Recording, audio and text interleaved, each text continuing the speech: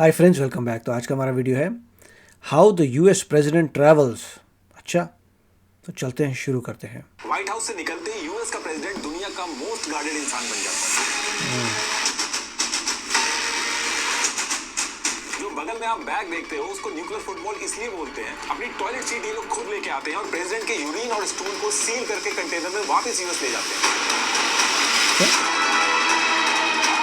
Microbiological food testing lab बनाई जाती है होटल में प्रेसिडेंट के खाने के लिए। बंदरों को भगाने के लिए लंगूर रेंट पे लाए गए और आदमियों से लंगूर की आवाज निकली। लिफ्टिंग डिवाइस की वजह से प्रेसिडेंट के रूम की टीवी यूनिट तक चेंज की जाती है और बुलेट प्रूफ ग्लास लगाए जाते हैं। यूएस के एजेंट डमी टिकट और फेक पासपोर्ट देके जानबूझ के एयरपोर्ट में घुसाते हैं। प्रेसिडेंट की कार में उनके ब्लड ग्रुप का इमरजेंसी ब्लड पहले से ही स्टोर होता है।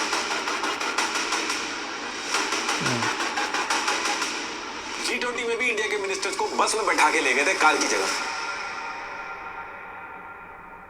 इससे पहले कि हम लोग डिस्कस करें कि कैसे यूएस प्रेसिडेंट की security second by second plan होती है, उससे पहले हम लोग अपने पेरेंट्स और अपनी हेल्थ सिक्योर करने के लिए क्या कर सकते हैं वो डिस्कस कर लेते हैं। अब देखिए, आप लोग स्टेप्स, स्लीप, कैलोरीज ज्यादा है, लेकिन रिपोर्ट्स पेटेंटेड और सीडी फोन में प्लग करना है विद अमेज़न इवेंट लगता है, लेकिन और कोऑर्डिनेशन की जरूरत होती है उससे कहीं ज्यादा कॉम्प्लेक्स प्लानिंग एक प्लानिंग यूएस के एजेंट्स ने पहले से लिखी होती है।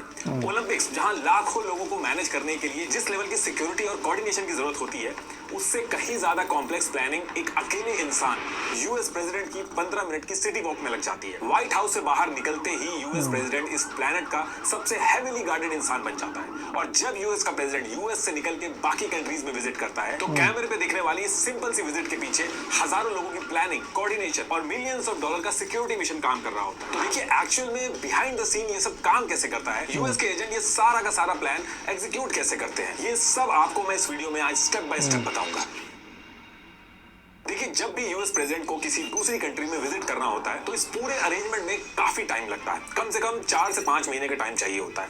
अगर अर्जेंट वर्क है, इमरजेंसी विजिट है, तब बात अलग है, वरना 4 से 5 महीने का टाइम चाहिए होता है सारे अरेंजमेंट्स करने के लिए। तो जब यूएस प्रेसिडेंट के किसी कंट्री में जाने की बात स्टार्ट होती है तो सबसे पहला जो स्टेप होता है उसमें यूएस के national security adviser NSA, national security council NSC और व्हाइट हाउस के चीफ ऑफ स्टाफ, ये व्हाइट हाउस के वेस्ट विंग में प्रेसिडेंट के साथ मीटिंग करते हैं, पूरी विजिट की ब्रीफिंग करते हैं, विजिट के क्या ऑब्जेक्टिव्स हैं, अचीव क्या करना है। ये सारी चीजें सुनने के बाद जब यूएस का प्रेसिडेंट गो अहेड दे देता है तो उसी टाइम से ये पूरी विजिट का काम ऑफिशियली स्टार्ट कर दिया जाता है। इस मीटिंग के अगले ही दिन ये लोग विजिट की जितनी भी डिटेल्स होती हैं उसको एक डॉक्यूमेंट में लिख के रेडी कर लेते हैं कि किस डेट को जाना है, किस कंट्री में जाना है, ये सारी चीजें लिख के एक डॉक्यूमेंट बना लेते हैं। और ये जो डॉक्यूमेंट होता है इसको अलग अलग प्रेसिडेंट के टाइम पे अलग अलग नाम दिया गया है, लेकिन मोस्टली इसको प्रेसिडेंशियल डिसीजन मेमो बोला जाता है, पीडीएम। और इस पीडीएम में जब सारी डिटेल लिखने के बाद जैसे ही White House chief of staff sign कर देता है तो एक तरह से ऑफिशियली कंफर्म हो जाता है कि यूएस प्रेसिडेंट इस डेट को इस कंट्री में जाने वाले हैं और न्यूज वगैरह में भी उसी टाइम पे बातें आने लगती हैं। अब इस डॉक्यूमेंट में साइन होने के बाद सारा का सारा काम शुरू हो जाता है कि प्लानिंग कैसे करनी है। और इसके बाद एक डिटेल्ड प्लान बनाया जाता है जहां पे पूरे लेआउट के साथ किस डील पे फोकस करना है। मान लो इंडिया विजिट करना है तो इंडिया में क्या सिक्योरिटी थ्रेट्स हैं,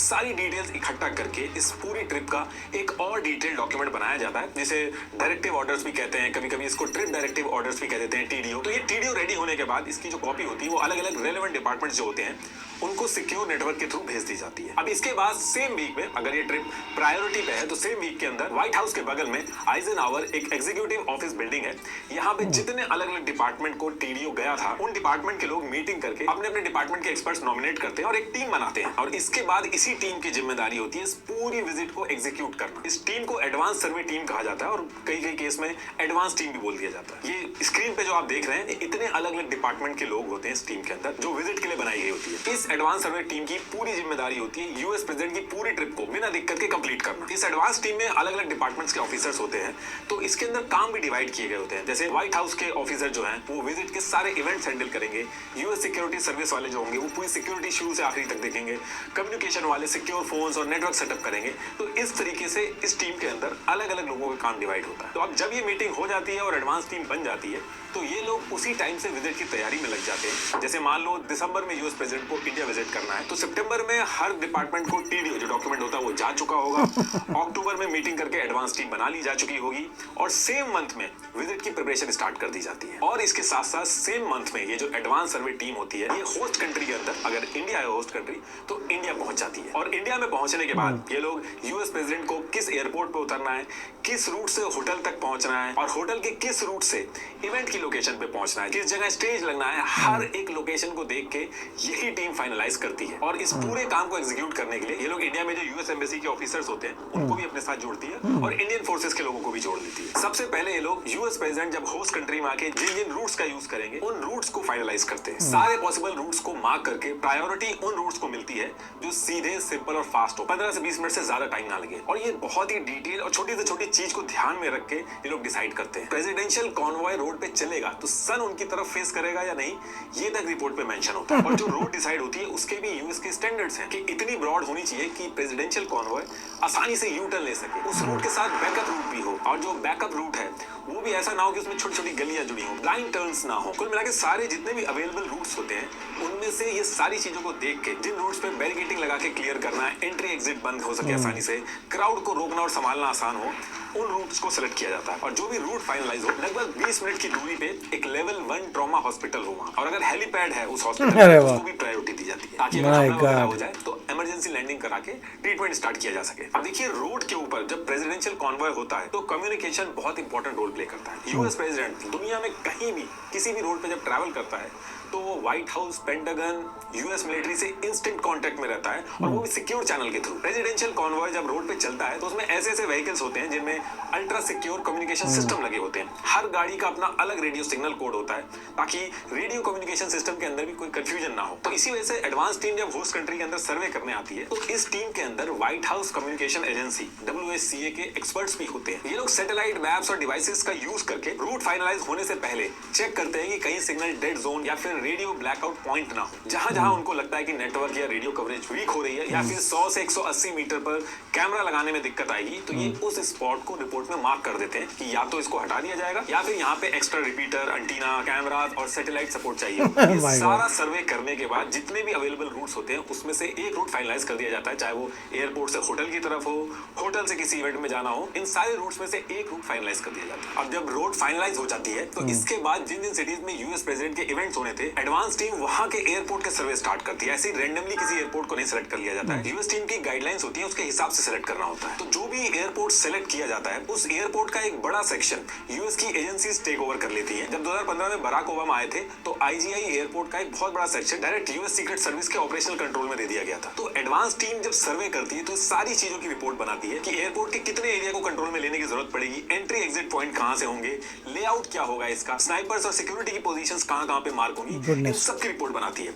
सबसे पहले बेसिक रिक्वायरमेंट चेक होती है एयरपोर्ट की। जैसे रनवे जो होता है वो 150 फीट वाइड और 10,800 फीट लंबा होना चाहिए, इससे कम नहीं चलता है। एक बार 2009 में एनडीयू एयर फोर्स बेस पे रनवे 9,755 फीट तक गई था, तो ओबामा को अपनी फॉरेन ट्रिप के लिए मजबूरी में डेलिस एयरपोर्ट से जाना पड़ा था। तो ये सारी बेसिक रिक्वायरमेंट चेक करने के बाद ये लोग फ्यूल का टेस्ट करते हैं। प्रेसिडेंट का जो प्लेन होता है उसमें जेट A1 टाइप का फ्यूल यूज होता है। तो एडवांस टीम जो होती है उनकी टीम के अंदर डिफेंस एनर्जी सपोर्ट सेंटर के क्वालिटी मैनेजर्स भी होते हैं। ये लोग होस्ट कंट्री के एयरपोर्ट से फ्यूल का सैंपल लेके उसको यूएस में लैब टेस्ट के लिए भेज देते हैं, क्वालिटी चेक करने के लिए। तो इसकी भी अलग से रिपोर्ट आती है। इसके बाद इनकी टीम पूरे एयरपोर्ट पे जितने एलिवेटेड एरिया होते हैं जैसे रूफ, हैंगर, टावर, इन सब के ऊपर observer points and security post की जो लोकेशन होती है उनको मार्क करती है। इन पोजीशंस पे स्नाइपर्स बैठाए जाते हैं। ये स्नाइपर जो होते हैं एयरपोर्ट से 1 माइल से भी ज्यादा दूर तक माइक्रोस्कोपिक मूवमेंट जो होती है वो भी डिटेक्ट कर लेते हैं। छोटी सी रिफ्लेक्शन या ग्लास का ग्लेयर तक को एक थ्रेट कंसीडर करते हैं। और ये जितने भी क्यूज मिलते हैं रियल टाइम पे उनका असेसमेंट जो होता है वो सैटेलाइट इमेजरी और ड्रोन के थ्रू होता है।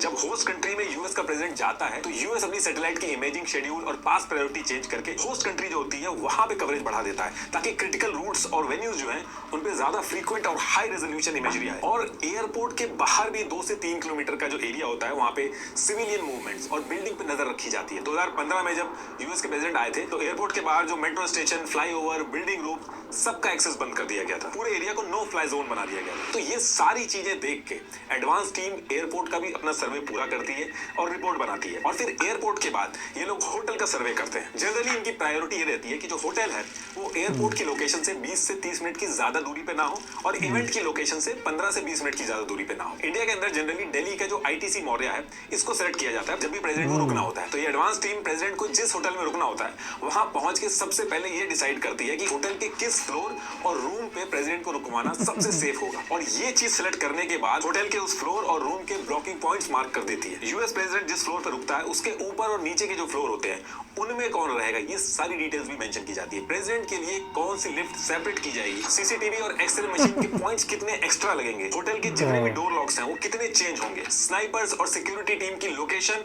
और एंट्री पॉइंट्स क्या रहेंगे, ये सारी चीजें मार्क की जाती हैं। होटल में आने के बाद प्रेसिडेंट जो खाना ऑर्डर करता है वो सेम मेन्यू 2 जगह एक साथ बनाया जाता है। इन केस अगर किसी एक जगह पे इशू हो जाए तो बैकअप में दूसरा खाना रेडी रहे, तो इसलिए डुप्लीकेट किचन भी बनाया जाता है। इसके साथ साथ माइक्रोबायोलॉजिकल फूड टेस्टिंग भी सेटअप की जाती है। जो भी प्रेसिडेंट खाता है वो पहले फूड टेस्टिंग टीम से टेस्ट होता है। एक तरह से एडवांस टीम पूरे होटल को लेके उसके लेआउट में जरूरत के हिसाब से चेंज करती है और फिर इसके बाद होटल की जो वेबसाइट होती है वहां से वर्चुअल व्यू और मैप जो होता है, जो सारे लेआउट वगैरह होते हैं, उसको हटा दिया जाता है। जितना भी होटल का स्टाफ होता है उसका पुलिस वेरिफिकेशन इनिशिएट कर दिया जाता है। अब ये सारी चीजें करने के बाद सबसे लास्ट में एडवांस टीम जो यूएस प्रेसिडेंट के इवेंट्स होते हैं होस्ट कंट्री में उस लोकेशन का सर्वे करने पहुंचती है। इस लोकेशन पे सबसे पहले ये लोग आसपास की जो ऊंची बिल्डिंग होती है जो डायरेक्ट इवेंट लोकेशन की रेंज में रहती है, समझ गए, स्नाइपर आएगा वहां, पॉइंट्स जो होते हैं उनको मार्क करती है। क्योंकि जब इवेंट होता है तो आसपास की सारी बिल्डिंग्स को सील करके स्नाइपर पे सिक्योरिटी पोस्ट बना दी जाती है। हाँ, वो ठीक बात है। नहीं, बहुत ही इंटेंस वीडियो था।